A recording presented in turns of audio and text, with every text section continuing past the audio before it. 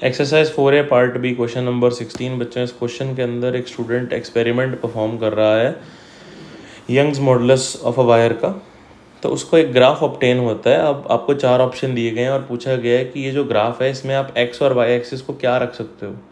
तो पहली बात तो जो यंग्स मॉडुलस का एक्सपेरिमेंट है उसके अंदर हम अगर हुक्स लॉ लिमिट की बात करें, up to Hooke's law limit या फिर अप टू हुक्स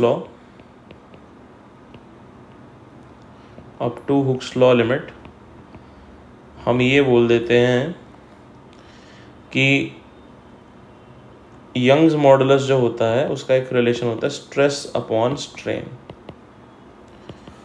तो अगर मैं यहाँ से देखूँ तो स्ट्रेस और स्ट्रेन दोनों प्रोपोर्शनल है।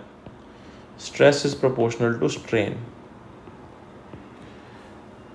तो बी ऑप्शन जो है वो करेक्ट होगा। उसके बाद अगर मैं बाकी ऑप्शंस को देखूं तो मुझे वो भी करेक्ट लग रहे हैं। क्यों? क्योंकि देखो, वेट सस्पेंडेड और increase in length, Young's modulus का एक फॉर्मूला होता है F L upon A delta L, है ना। तो जो फोर्स जो है यहाँ से क्या आ जाएगा, Y A delta L by L. तो ये तो स्प्रिंग कांस्टेंट की तरह कांस्टेंट टर्म है। तो फोर्स जो है वो वेट है, डेल्टा एल जो है वो इंक्रीज इन लेंथ है। तो यहाँ पे ये चीज जो है दैट इज प्रोपोर्शनल, वेट और इंक्रीज इन लेंथ, ये भी बिल्कुल ट्रू है।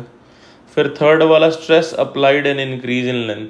अब बच्चों इसी फॉर्मूले को अगर मैं दोबारा से उठाऊं तो मैं y is equal to stress into initial length by change in length को देखूं तो यहाँ से मैं लिख सकता हूँ कि stress is equal to Young's modulus divide by length, जो कि दोनों कांस्टेंट टर्म्स हैं, इनटू डेल्टा एल मतलब इंक्रीज इन लेंथ। तो ये भी दोनों प्रोपोर्शनल आ गए, तो थर्ड भी करेक्ट है। उसके बाद सेम रिलेशन की अगर मैं बात करूँ, इसको फिर से उठाऊँ तो y is equal to F by A into delta L by L को जो मैं लिख सकता हूँ स्ट्रेन, तो नीचे आ जाएगा स्ट्रेन। ठीक, अब strain produced and weight suspended की अगर बात करूँ तो ये वेट सस्पेंडेड होगा तो force is equal to Y into A into strain.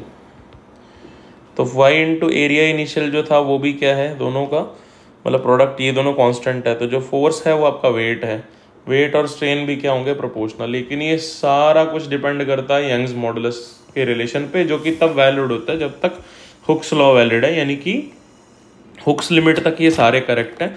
तो answer all of the above है। That is the answer to this problem.